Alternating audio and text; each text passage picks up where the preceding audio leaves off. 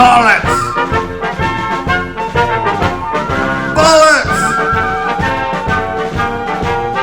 Bollocks! Bollocks!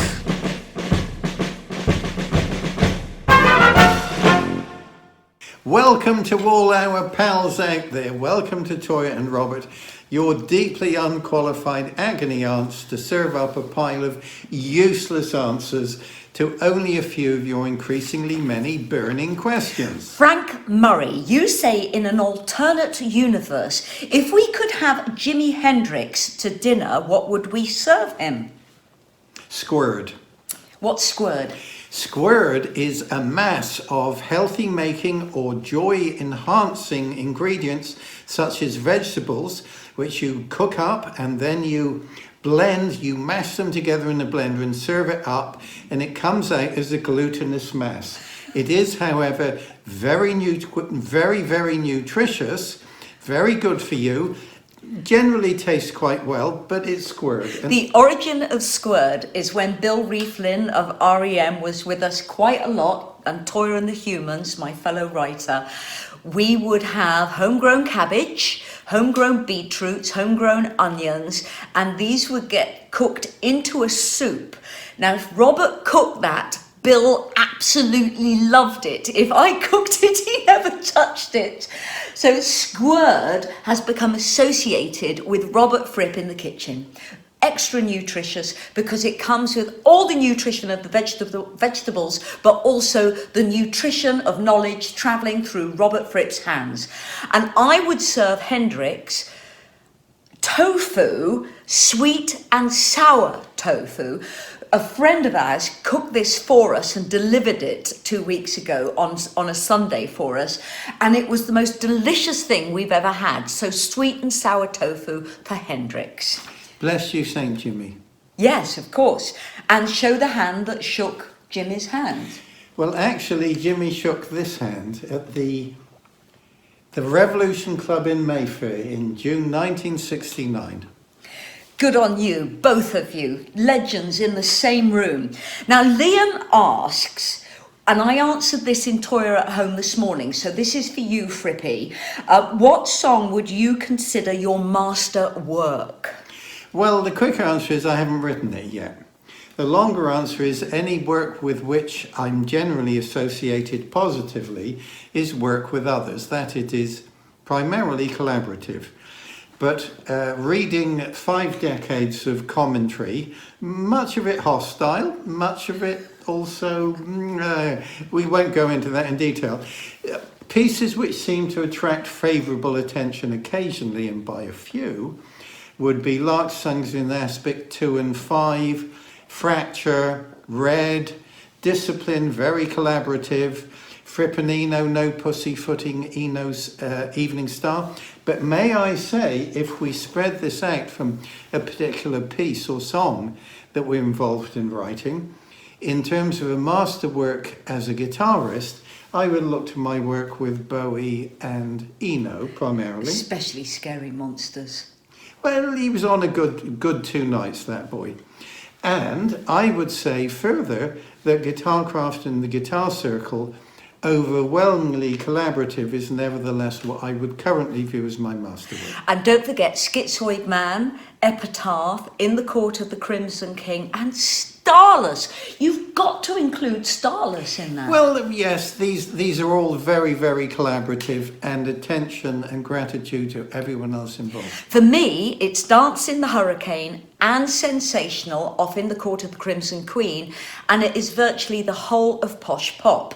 And we can now tell you the release date for Posh Pop is July the 28th, with individual tracks being released out into the public world from the 4th of June. And every song on that album was written in lockdown. So for me, it's definitive work and a definitive musician lineup. Everyone on it has written under pressure, but a completely different pressure we have ever experienced in our lives. And it's an album of freedom and joy, as well as anger, but a kind of shared anger, the frustrations of being shut in. Tim, you ask, What are we going to do if the world ever gets back to normal? That's a good one, because I don't think we are going to get back to normal as we knew it. I think we're going to have a new normal, and hopefully that new normal is a giant stride towards an equitable, inclusive and compassionate society. We have found some very big positives in lockdown. Firstly, we got to know each other. We've only been together for 35 years, but we got to know each other. But also, I have learnt to keep 50% of my time out of lockdown for creative space, because I found my original creativity in lockdown. So I've taken on people that are going to stop everyone delegating back to me. Most people would call those managers, but I've just taken on very efficient people who can delegate all the paperwork of booking concerts, delegate getting the band to the venue and feeding them, getting them their hotels. I've delegated that out for the first time in 20 years, because lockdown has proved to me that my creativity is far more valuable than my work as an earth mother to the band and as a manager to the band. So I think there will not be a normal as we knew it. Ellen G, how do you manage to stay sane during this traumatic time? After 54 years in the music industry, this is not insane. The music industry is insane. COVID, lockdown, this is sane in comparison to the music industry. We had a conversation about this question last night, because I've kind of entered a period of intense creativity. I just haven't stopped working in the last 6 months, and I've created work, and I realised that that was my coping mechanism, but it's working very well for when we will be out of lockdown, because the productivity will suit an out of lockdown world. And I don't know how to find an answer to single people being alone in lockdown. I'm used to being alone because Robert's away so much. And sometimes I have never been lonelier than in a crowded room. There are people in our lives that can make us feel lonely. And I'm sure we've all experienced that. So sometimes when I've had those moments of being physically alone, it's allowed me to feel safe. And it's such a big question, Ellen, and all I can say to you is it's that inner focus you talk about, Robert, that just staying true to yourself, having phenomenal resilience. And I know resilience is wearing down, but we are all remarkable and we will get out of this. And I think we're closer to it than ever before of getting out of this lockdown. Do you want to say anything, Robert? Yes. There's always help available, and we do have friends available. And sometimes if we feel a little cut off, then it falls to us to extend ourselves. And I must say that my Zoom experiencing has increased greatly during lockdown. And I have been surprised at the degree to which I am able to make a contact on the inside with my chums at a physical distance. It's something like the contact on the inside is immediate and available and here. It's just the physical distance is another thing entirely. And if I could just flip this and we look at this lockdown as an opportunity to reprogram and change everything in our lives that we hated before lockdown or didn't like before lockdown. There are opportunities here to, for instance, I have changed my personnel. I've got rid of people that charge London prices because local is just as good, just as knowledgeable. Because of the internet, local employment is just as good as London employment. So I have used lockdown to reevaluate, to rearrange my life so that when I'm back on the road, which is going to be very soon, I am using a local team. And it's just made a huge difference. And part of that is economy, because I was paying extortionate prices to London people. And we have lost all our income for well over 12 months. So I've used this lockdown as a sabbatical. I think that's the best way to say it. That's a superb way. A sabbatical. But Ellen, Our hearts go out to you. We send you love from our hearts, and I'm so sorry we can't physically hug you. Thank you so much for that question. John Thomas. Now, I answered this morning on Toyah at Home, and I'm going to say it quickly now. I don't like the colour purple. How would you recommend that I decorate with the colour purple to make it a little more bearable? Purple. Holding up a purple scarf. I find it a really difficult colour to live with, not a difficult colour to wear. Its relative colour is yellow. Yellow makes it much more palatable, but so does lime green. And in the mid-90s, lime green, 2000, this was a huge fashion statement, lime green. But look what orange does to purple. Orange dominates the purple's energy, and royal blue is more calming. Look at that. That calms it right down. And then cerise pink is a beautiful, almost complementary colour. So you didn't have an answer for this Yes, one. I did, Oh, Lovey. good. Far But away. it says decoration. Well, That's decoration, it's colour. yes, dear, I was assuming perhaps a home or a building would be decorated. So if your walls are painted purple, I would repaint them with warm stone. Yes, a beautiful Cotswold stone colour, golden. I like that, that's lovely. Mike Bear, you have lived in various places, including Broadchalk in Salisbury. Which place is your favourite? Here in Breedenborough, Middle England in Worcestershire. The only place which has come close for me to feeling like a home, although utterly different in its character, is New York City, where I lived full-time between 77 and 79 and part-time from 80 to 84. I felt so at home there. But here in Breedenborough, it's astonishing. The neighbours are wonderful people. There's little attitude. The people we live with, our neighbours, service in shops, people say hello on the street. It's astonishing. It's as if on this unique street that the class system has eroded. So if you see someone on the street in Breedenborough and they look lost, or they need help, or they need their shopping carried, it will happen. It's a beautiful community. And we knew as soon as we walked into this house in 2001, it's our home for life. We love it here. I adored Broadchalk, but here we're in our magic place, and we just love it, love it, love it. Mr. Vincent Black, who also calls himself Don in Oregon. Don from Oregon. Okay. Hi, Don from Hello. Oregon. Is there any place or people on this planet you could perform for, but you haven't yet? Yes, in Iceland. Yes, for me, Iceland, Australia, the Philippines, LA, Red Rock. I've always wanted to play Red Rock, but that's probably a dream that won't come true. But I think we both agree that Iceland. Yes. Innocent Ears. I would love King Crimson to play in Estonia. I've played in Estonia, and Toyah accompanied me on the Churchscapes I've tour. toured Estonia as well. That's right, with the Humans. In 2006 I was there. So love Estonia, but King Crimson has never played there. And I would love Innocent Ears to hear King Crimson. And I want to play everywhere. And I'm hoping that Posh Pop will open up all avenues and all possibilities. Joe T, you've always seemed to play a Les Paul. What are your thoughts and experiences with Fender Strat style guitars?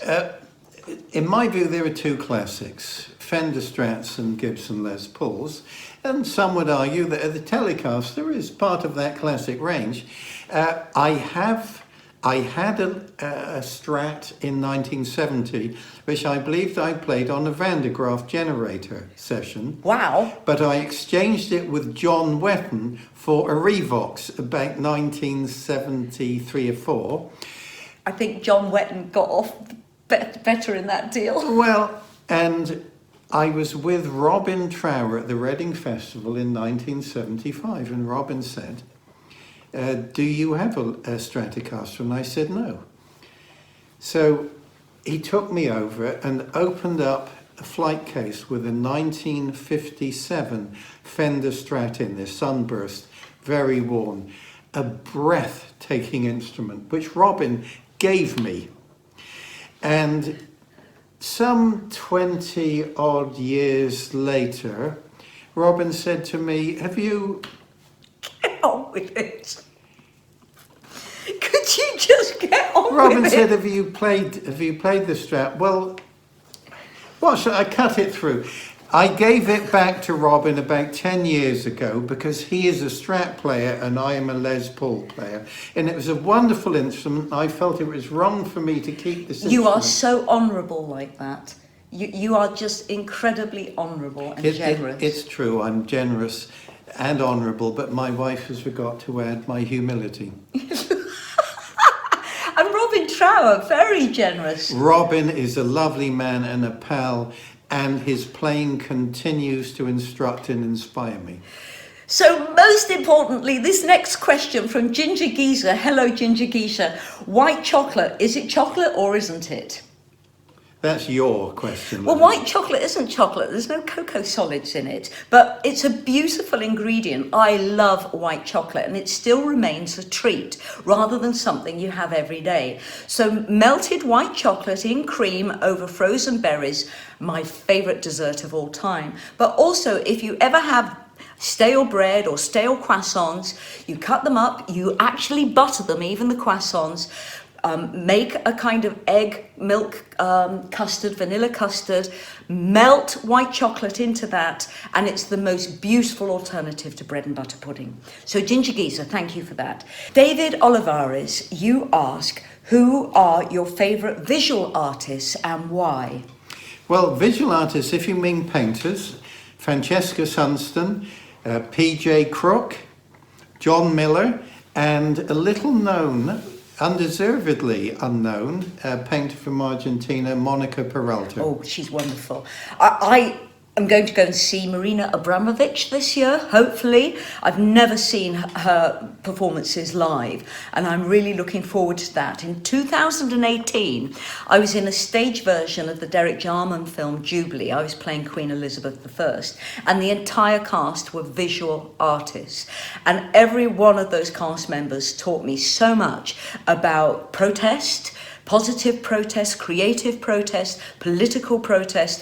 They were all visual artists who would turn up anywhere and use their art as a form of re-education or protest. They were absolutely stunning. So Travis Alabanza, Lucy Ellison, breathtaking, Tom Rose Williams, Sophie Stone, the actress, Rose Wardle, Harold Finley, Craig Hamilton, Gareth Kieran Jones, Temi Wilkie and Yandas Noblov.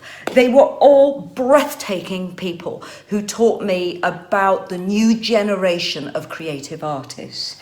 So if you catch those names, wind back, write them down, look them up. They are really worth following. Now, we've got a whole group of questions about your knits here, Robert. Yes, this is knitted by my mother, my wonderful mother. I have lots and lots of these. St. Edith of the Valleys was knitting for my sister Patricia and myself.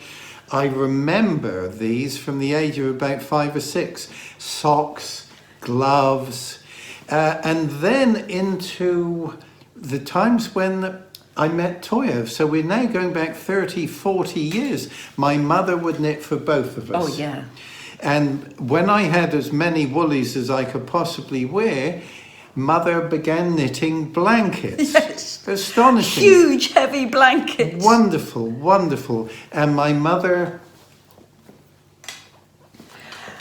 Edie's knitting was her coping mechanism. She was a fabulously creative, colourful person. She wore lime green suits. So knitting, I think, helped her deal with Robert being on tour so much, because when you were in the UK, every evening we would go and have supper with Edie. Well, I think that's true. But the point is, when we were little, this was austerity England, and my mother knitted her children clothes. That was it. She was just wonderful. She knitted me the most crazy colours. I'll get some out. We have, I mean, it goes almost into the hundreds. that's how many she knitted. She was just so creative. Thank you. We're going to end on a question from Mark Stevens, and I really want to pick up on the meaning of this question. Why is the old man saying bollocks, bollocks, bollocks? Well, firstly, what does old mean? It can be derogatory, but if you mean this man who's paved the way for other musicians to be who and what they are today, this man who Jimi Hendrix went out of his way to see, this man who Bowie used to reinvent his sound, this man who did no pussyfooting with Eno. So I'm saying that this is not an old man, this is a wise man who's paved the way. And we all have it in us to pave the way or build brick walls. Robert's paved the way. So why are you saying bollocks, bollocks, bollocks? I have no idea. Because you make mistakes. And I say to you, just say bollocks, because we all make mistakes. There's absolutely no problem with making mistakes. Make better mistakes. What's your magic chord today, Robert? Well, I did have some magic chords for my wife, but she said you can't use those. Yeah, they're on Posh Pop, so I They're said, on Posh Pop, no. So no, we don't want to give those away. So, as we began filming this, I thought, well, what shall I possibly present to my pals? Well, look, here's a variation. Remember last week? Well, maybe try it like this.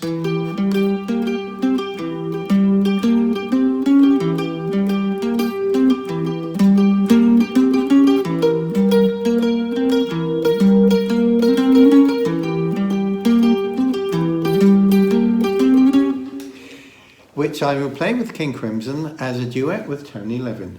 It's fabulous. Wonderful, wonderful Tony Levin, the man who composed with a bass guitar like no other. He's a rock god. Tony Levin is the most continuingly influential musician I've ever worked with. He's breathtaking. Great photographer as well. So, ladies and gentlemen, we wish you love, luck, health and happiness. We today have had our invite for the vaccine. So we are going to have the vaccine. We feel we will be able to go out into the world with it. We're not scared about having it. So we wanted to let you know. We only really found out today. We wish you all everything you want from your future. We're coming up to Valentine's Day, and tomorrow's Sunday lunch is a Valentine's Day special. So big love, you're in our hearts. Please reach out, and we are thinking of you. Be well, stay safe from Toyah and Robert.